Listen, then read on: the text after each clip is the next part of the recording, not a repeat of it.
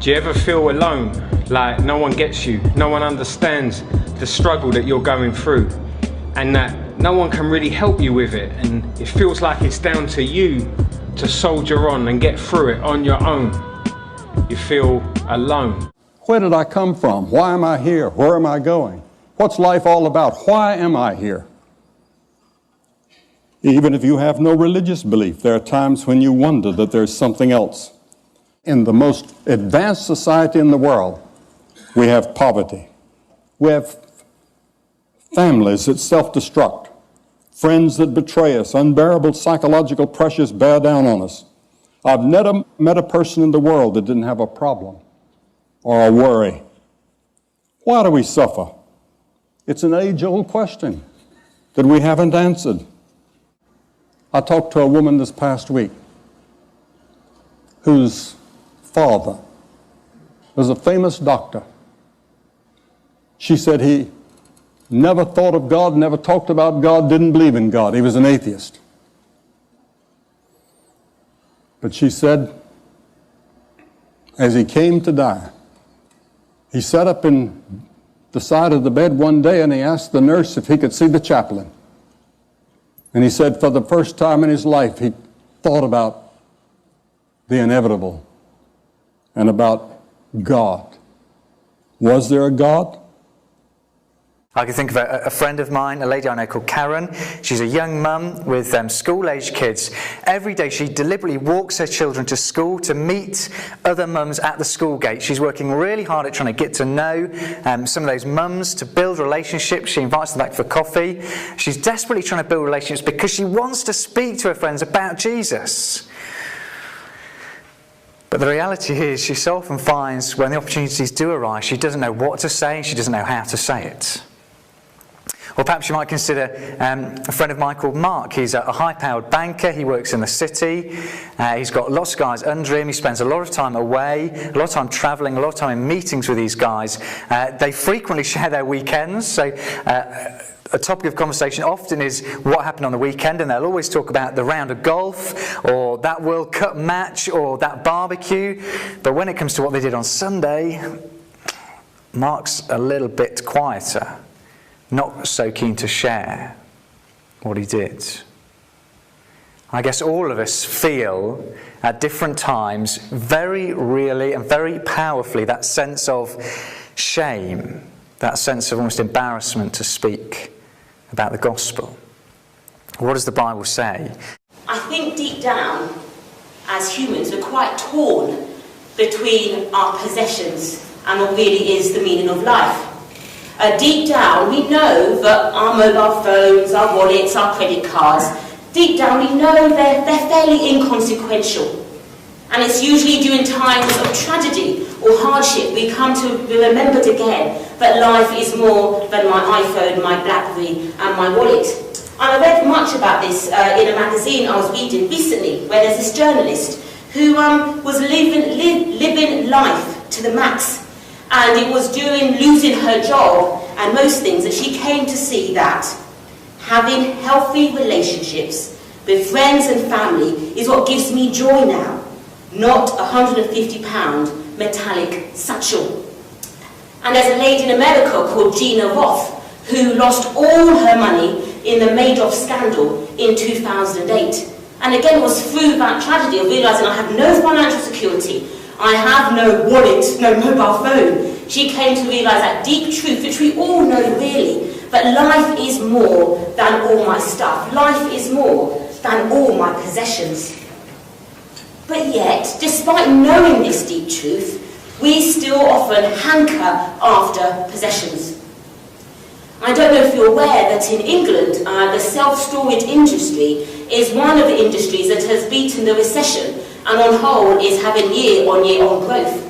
And apparently in the UK we have over 800 major storage facilities, which apparently, and when I looked on the website last night, is more than the whole number in Europe combined.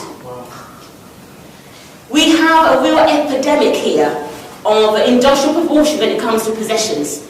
You probably may have garages, and it's very rare these days that our car is in a garage. It's filled with all our stuff. We have so much stuff, we can't even have it in our homes. We're having to pay thousands to people to store our stuff while we buy more stuff. And so this is this kind of deep luxury we have within us of knowing, like Gina knew in America after losing all her finances, that money, it doesn't really matter. My stuff doesn't really matter. It doesn't. But yet we hanker after things. I know for me this has been a reality in my life. In my 20s, I was living what you could call a champagne lifestyle on a lemonade income. I was going on city breaks. I was dancing at the time, so off to France to perform. You know, we're going to Paris, we're going to Marseille. I was having the latest clothes, and things came to a crunch when I realised I was thousands of pounds in debt. And at this time, I was going to church. I was on the PCC, but I had become slave to my possessions, thinking that if I have more, life will be more. So what does God say to us? What does he have to say to us about this deep rupture within us? When on one hand we know life has to be more than my own, but yet, on the other hand, I like my shiny phone. I like what my credit card can buy me, and I do need clothes after all. Note taker, this is actually the title of the message more, and specifically I want to talk to you about your appetites, and even more specifically about the tension that your appetites create inside of you and inside of me, because wherever there's an appetite, there's tension, because your appetites only have one word in their vocabulary, and say it with me, that word is... That's right. Every one of your appetites, there's just one word, and that word is more, and it creates tension inside of you. We experience this temptation, this tension as temptation, but it's a tension just the same. Now, when we think about appetites, the first thing that comes to mind is what? Food, right. In fact, it's so interesting. Your appetite for food is so strong, I could sit here today and describe food to you and make you hungry. Just with my words. I could talk about those. I don't want to give any brand names away, but those hot donuts that come in the flat box, you know, and you kind of have to peel them off the bottom because of that white sugary substance that you know what I'm talking about? Have I ruined your day? I could go on and on. I could talk about those sizzling steaks that almost break the plate. They're so hot, and you cut them and they're so tender and juicy. You see, it's amazing. Appetites are so strong. So when we think appetites, we think food, but there are many, many more appetites than just food. I'll real quickly. There's food, there's sex, and there's food, and there's sex. I know there were a bunch of other ones. But anyway, for the most part, it's just no. And for men, there's sleep. But there are a lot more appetites. Let me kind of get your head in the game here. Lots of other appetites, if I could have your attention. Progress, those of you in business or in the marketplace, you love progress. If you're a leader, if God's called you to leadership or you have a leadership gift, you love progress. This is a very addictive thing. We have an appetite for progress. We want to see, you know, our companies moving forward. Responsibility. Some of you, you're frustrated in your current job because you want more responsibility. You want to do more, you want to move forward, and you have an appetite. You just can't get enough responsibility. Respect. All of us are born with a desire to be respected, and one of the conflicts in maybe your current relationship, you just don't feel respected, and it constantly frustrates you, but it's because you have an appetite. We all want to be respected. We love to win. Did you know winning is an appetite? For some of you, it's not that strong. For others of you, anything where there's any competition, you can't stand to lose, and your husband or wife says, just take a deep breath, it's okay, and it's like something in you is like, I can't lose, and you're like, yeah, but it was just who's going to be first to get the grocery cart? I know, but I have to be the first. You know, there's just that thing in you, okay, to be loved. Whether you admit it or not, there's a desire, there's an appetite to be loved, and again, accepted. It goes along with acceptance. Fame. Did you know some of you, and this is so prevalent in our society now because it's so easy, some of you won't be able to concentrate on this message because you are wondering how many more friends you have on Facebook since you got here. You're wondering how many more people have viewed your YouTube video, okay? You want to get to 500,000 because you have a friend and they've got a video that's not near as cool. In fact, their video is just lame and they've got like 200 or 300 views and you don't, and there's just something in you. This is your moment to win. This is your moment to be famous. And there's actually an appetite to be famous, to be recognized. You just want people to recognize you for what you've done. You love it when you hear your name called out. You love it when people call you up to stand up to receive an award, or you just want your name out there. There's an appetite for that. To be envied, this is one we never talk about. There's an appetite in us, and I think it's in all of us. We love the idea that somebody looks at us and say, wow, I wish I were him. Wow, I wish I was her. It's why you drive the car you drive. It's so interesting with cars because you can't really see them when you're in them. Have you noticed that? You don't even get to appreciate how cool your car is because you're on the inside. Isn't that weird?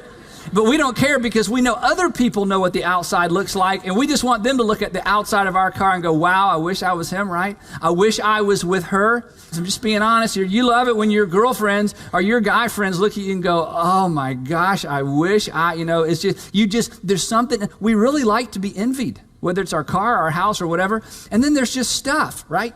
We have an appetite for things. This explains, I think, why, ladies, you have so many shoes. I don't really know, but you have so many shoes, and you go to the store and you see some more shoes, and there's just like this appetite. There's just this thing. Now, again, we've all experienced this. And these aren't going to go away. And the solution, the message today isn't get rid of your appetites. They're not going to go away. But in each one of these categories, probably most of us could tell a story. Isn't this true?